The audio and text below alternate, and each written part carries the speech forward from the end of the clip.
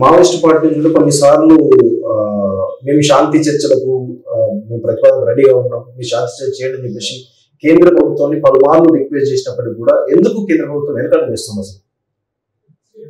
ఒకటి, గత 10 సంవత్సరాలుగా దేశంలో అధికారంలో ఉన్న ప్రభుత్వం మావోయిస్టుల విషయంలో ఒక ఖచ్చితమైన నిర్ణయాత్మకమైన వైఖరి తీసుకుంది.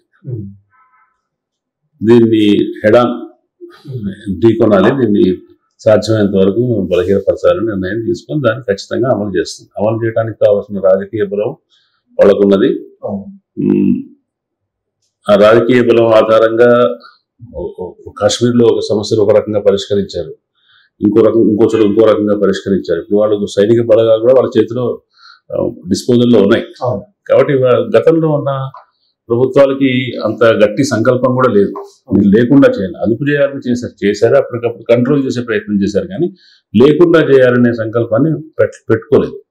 వీళ్ళకి చేసి వీళ్ళకున్న రాజకీయ బలం వల్ల, వరుస విజయాల వల్ల దాన్ని అమలు చేయగలుగుతున్నారు కాబట్టి ఈ పరిస్థితి వచ్చింది. కాబట్టి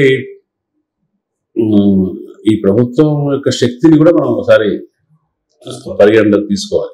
ఎందుకు బీజేపీ ప్రభుత్వం మావోయిస్టు అంతమందించడానికి ఎంత దాకైనా సిద్ధంగా ఉంది? అంటే మారణ హోమం ఎంత కార్యమండి, ఇటు పోలీసు బలగాల నుంచి అంతమంది పర్లేదు, అటు మావోయిస్టు అంతమంది పర్లేదు అనే కోణంలో వీళ్ళ ఆపరేషన్ జరుగుతుంది. ఆపరేషన్ కగారంతా కూడా దాని చుట్టూ జరుగుతుంది. సో ఇటు 100 మంది పోలీసులు చనిపోతారు, ఇటు 100 మంది మావోయిస్టులు కూడా ఎక్కువ చనిపోతారు.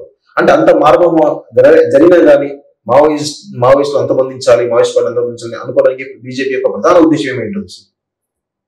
వాళ్ళు ఐడియాలజికల్ గా మావోయిస్టులను, కమ్యూనిస్టులను తమ శత్రువులుగా పరిగణించడం ఒక కారణం కావచ్చు.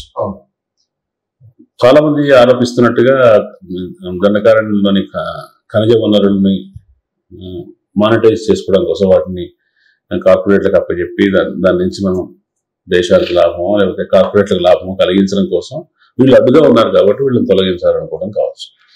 అంటే దేశంలో ఒకప్పుడు మనం మన్మోహన్ సింగ్ అన్నారు, నంబర్ 1 ఇంటర్నల్ శత్రువు ఎవరంటే వాళ్ళ మావోయిస్టులే.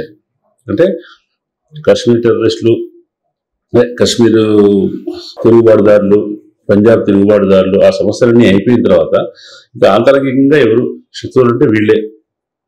ఒక కన్సాలిడేటెడ్ గా సాయుధంగా గ్రూప్ గా ఉండి ప్రభుత్వాన్ని, రాజ్యాన్ని కూలదోస్తామని పనిచేస్తున్న వాళ్ళు కాబట్టి వాళ్ళని నిర్మూలించాలని అనుకోవడం సహజం. అన్ని ప్రభుత్వాలు అట్లాగే అనుకుంటాయి, కానీ ఈ ప్రభుత్వానికి దాని విషయంలో కమిట్మెంట్ ఎక్కువ ఉంది, విల్ పవర్ ఎక్కువ ఉంది కాబట్టి అన్ని సకల శక్తియుక్తుల్ని అక్కడ ఫోర్స్ చేస్తారు. అంటే ఛత్తీస్గఢ్ లో అంత పెద్ద ఎత్తున ఖనిజ నిక్షేపాలు ఏమైనా ప్రాథమిక ఆధారాలు ప్రభుత్వం దగ్గర కానీ లేకపోతే పబ్లిక్ డొమైన్ లో కానీ మొత్తం దండకారణ్యం ఒరిస్సా దగ్గర నుంచి మధ్యప్రదేశ్, ఛత్తీస్గఢ్, మధ్యప్రదేశ్, మహారాష్ట్ర బార్డర్ దాకా మన గడ్చిరోలి ప్రాంతంలో ఇనుప గనుల కోసం కాంట్రాక్ట్లు ఇవ్వడం కూడా మన జరిగింది. ఒక పక్కన ఈ ఆపరేషన్ జరుగుతుండగానే కంపెనీలు అక్కడ లొంగుబాటు మేళాల దగ్గరే కంపెనీల ప్రతినిధులు తిరుగుతున్నారు కాబట్టి అది ఉంది. కానీ దానికోసం ఎట్లా చేస్తారా అనేది మీకు తెలుసు కదా. ఇప్పుడు రాహుల్ గాంధీ నియామగిరి ప్రాంతంలో గిరిజన ప్రాంతాల గురించి మాట్లాడి అక్కడ ఖనిజ నిక్షేపాలు వేదాంత కంపెనీ దాని గురించి వివాదం జరిగింది, ఎప్పటి నుంచో ఉంది అది. కాబట్టి వనరులను స్వాధీనం చేసుకోవడం కోసం వీళ్ళు అడ్డుగా ఉన్నారు కాబట్టి చేయడం కోసం అనేది చేస్తూ ఉండవచ్చు. గత 50 ఏళ్ళ నుంచి ఈ యొక్క మావోయిస్ట్ ఉద్యమం జరుగుతోంది. మీరు కూడా అప్పటి నుంచి ఇప్పటివరకు చూస్తా ఉన్నారు, ప్రత్యక్షంగా మీరు 50 ఏళ్ళ నుంచి ఎంతోమంది గమనిస్తా ఉన్నారు కదా.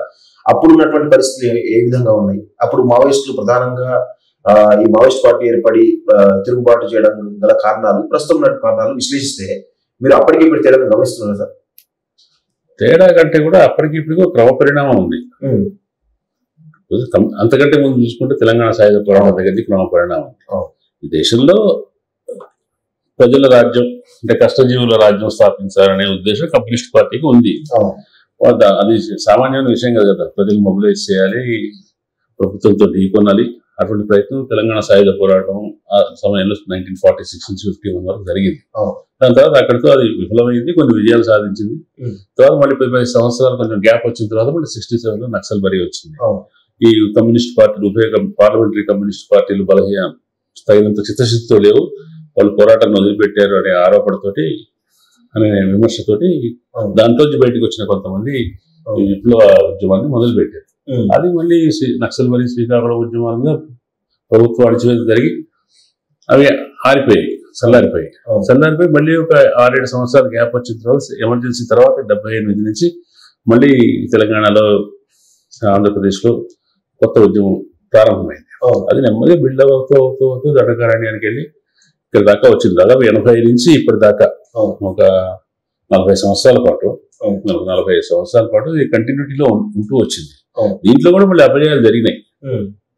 తెలంగాణ నుంచి వెళ్ళిపోయారు, ఆంధ్ర నుంచి వెళ్ళిపోయారు, నల్లమల ఖాళీ చేశారు. చివరికి అంతా కాన్సన్ట్రేషన్ అంతా ఛత్తీస్గఢ్ లో దండకారణ్యంలో జరిగిపోయింది. కాబట్టి ఇది ఒక క్రమ పరిణామం ఉంది. సమాజంలో జరుగుతున్న పరిణామాలు మెయిన్ స్ట్రీమ్ రాజకీయాలతో పాటు సమాంతరంగా ఈ Maoist, communist, people's war, Naxalite ఏదైతే అంటున్నారో ఈ రాజకీయాలు కూడా కొనసాగుతూ వచ్చాయి. ఈ రాజకీయాల వల్లనే దేశంలో చాలా ప్రభుత్వం ఒత్తిడిలోనే చాలా సంక్షేమ చర్యలు తీసుకోవాల్సి వచ్చింది. ప్రజల ఆలోచన విధానంలో మార్పు వచ్చింది. తెలంగాణ, ఉత్తర తెలంగాణ, దక్షిణ తెలంగాణ ప్రాంతాల్లో అసలు నక్సలైట్ల ప్రభావం వల్ల సామాజిక జీవితంలో చాలా మార్పు వచ్చింది కదా. భూస్వాములు గ్రామాల నుంచి వెళ్ళిపోయిన తర్వాత గ్రామాల్లో దళితులకి, బలహీన వర్గాలకి ఒక ఆధారం ఏర్పడటం, గ్రామాల్లో ఒక రకంగా సాపేక్షంగా మెరుగైన భద్రతా వాతావరణం అవన్నీ ఏర్పడటం దగ్గర నుంచి చట్టరీత్యా 170 రావడం, ఇవన్నీ నక్సలైట్ ఉద్యమం వల్ల వచ్చినవి కదా. కాబట్టి అది సాధించిన విజయాన్ని ఒక సైనిక విజయంతో అపజయంతో చూడటం కష్టం.